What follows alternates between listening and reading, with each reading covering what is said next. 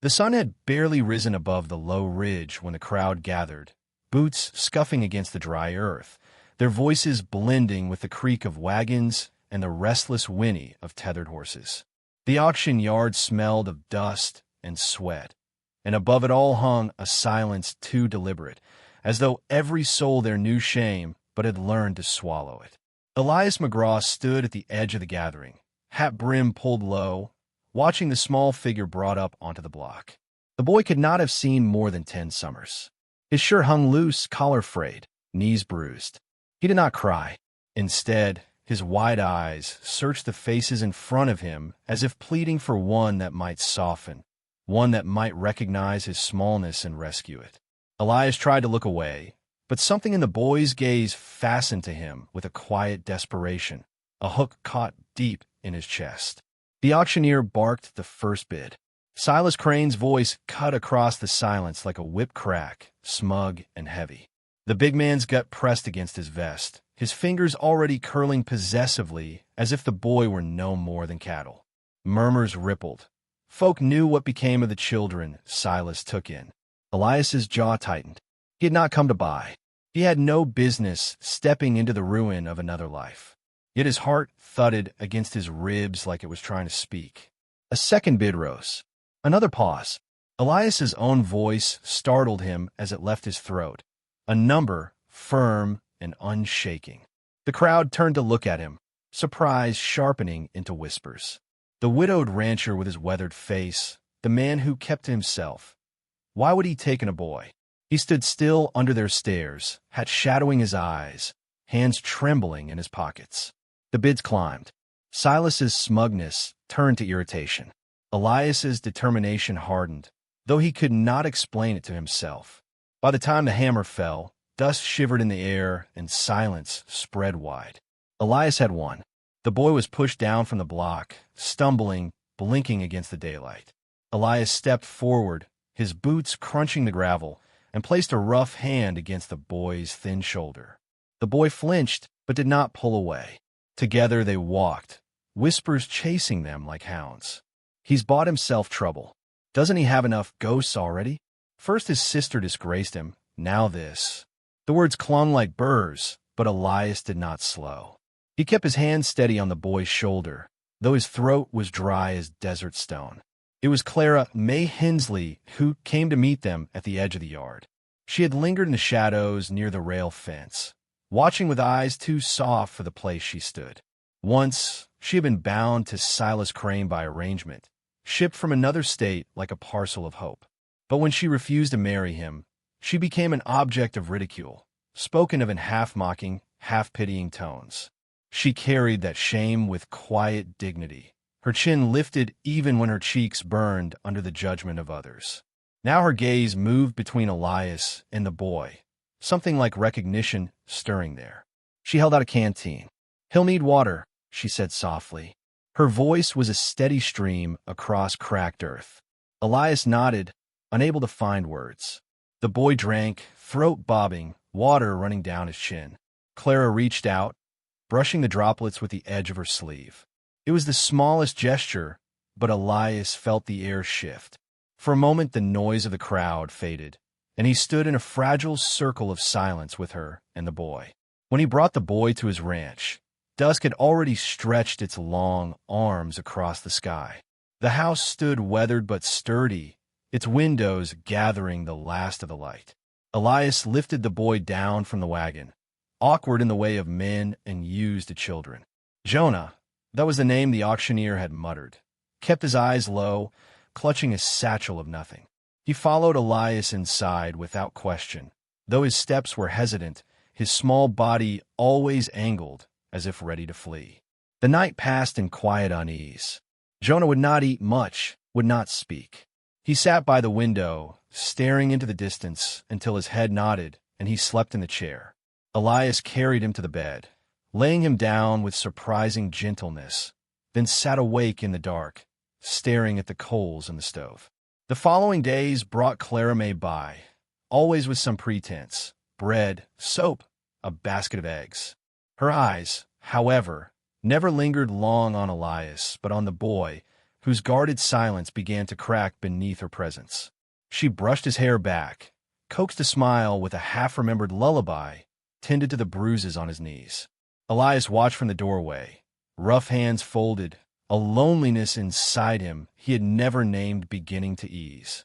Still, the whispers grew. At the general store, Elias heard them hiss. "What's that widow girl doing up at his place?" "He's keeping secrets. Bad ones." Shame pressed down heavy, but when he thought of sending Jonah away, the image of Silas Crane's greedy eyes rose to choke him. One evening, Jonah shuffled to Elias with something clutched tight in his hand. The boy's face was pale, his eyes uncertain but determined. He opened his palm and revealed a small locket, the brass dulled, the hinge nearly broken. Inside was a faded portrait, a young woman's face, soft and unmistakable even through the wear of years. Elias's breath caught. He reached for the locket with trembling fingers, the world narrowing to the oval frame. His chest hollowed, then filled with an ache so deep it nearly toppled him.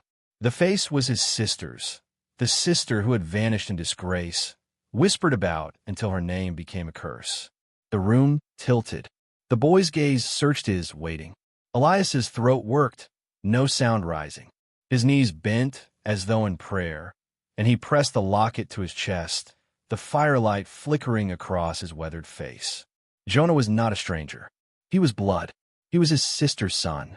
Elias lifted his eyes to the boy, every silence of the past years shattering in an instant. And in that stillness, as night deepened outside, the burden of his shame returned, not lessened, but heavier, transformed into something else entirely. Morning broke over the McGraw ranch in pale gold, spilling across the dry fields and turning the fences to silver threads. Elias stood on the porch, coffee cooling in his hands, eyes set toward the horizon where the town lay. The locket weighed heavy in his pocket, as though carrying every word unsaid, every memory buried.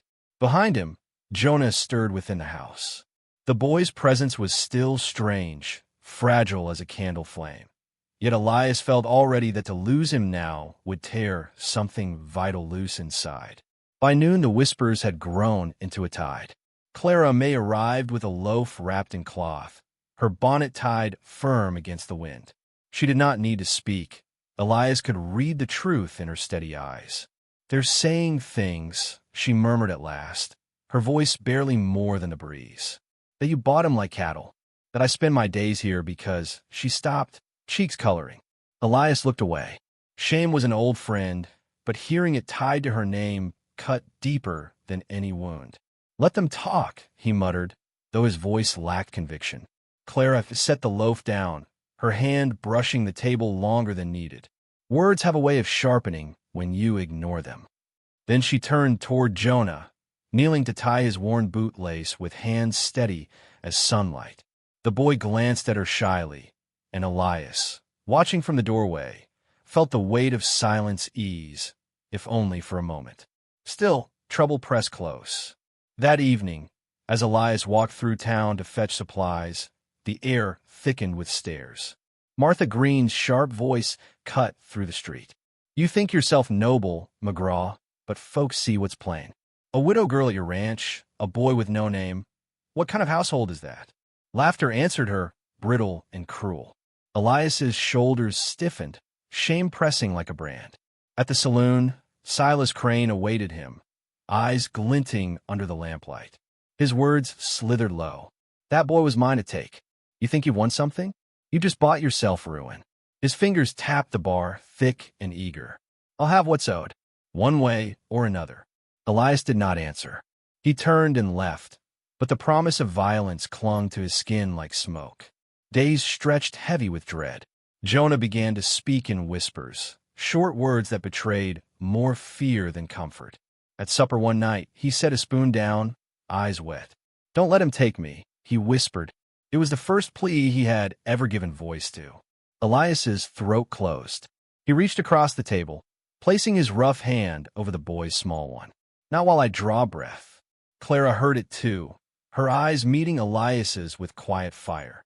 She stayed longer each evening, her presence steady as an anchor in storm winds.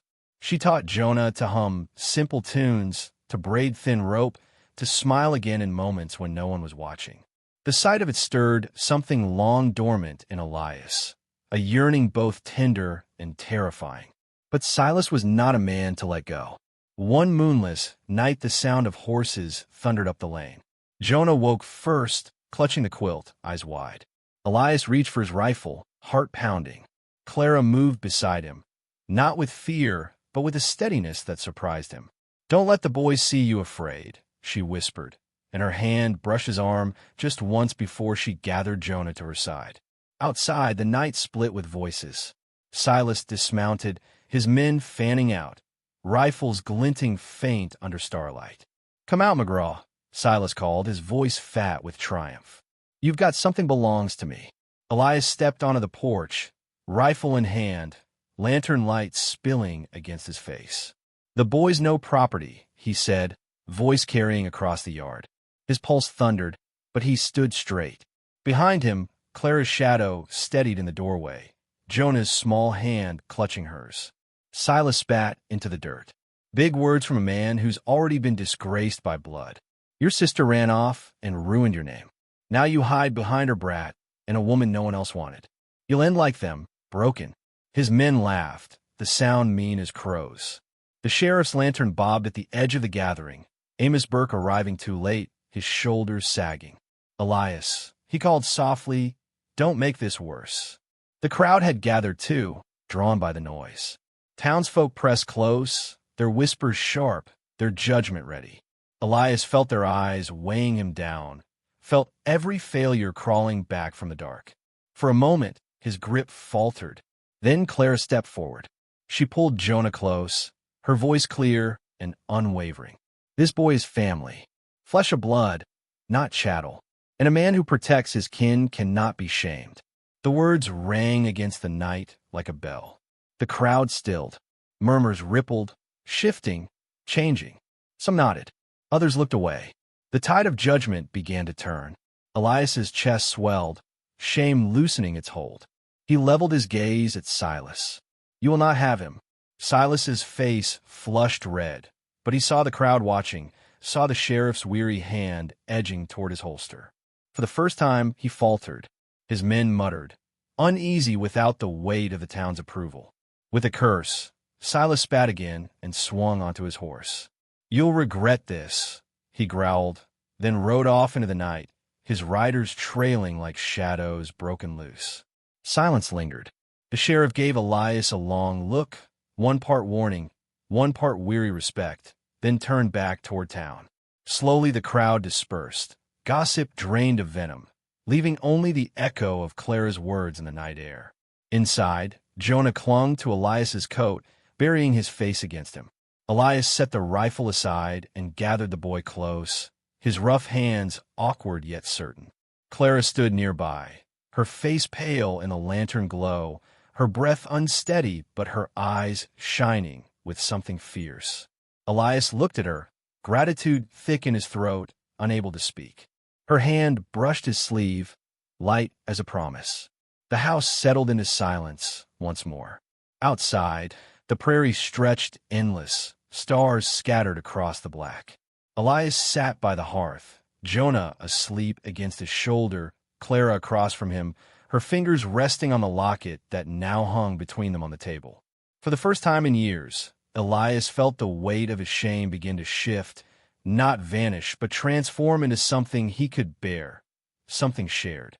And as the fire burned low, a thought struck him with quiet force. In saving the boy, he had not only uncovered blood, but unearthed the very thing he thought forever lost, the chance to belong again.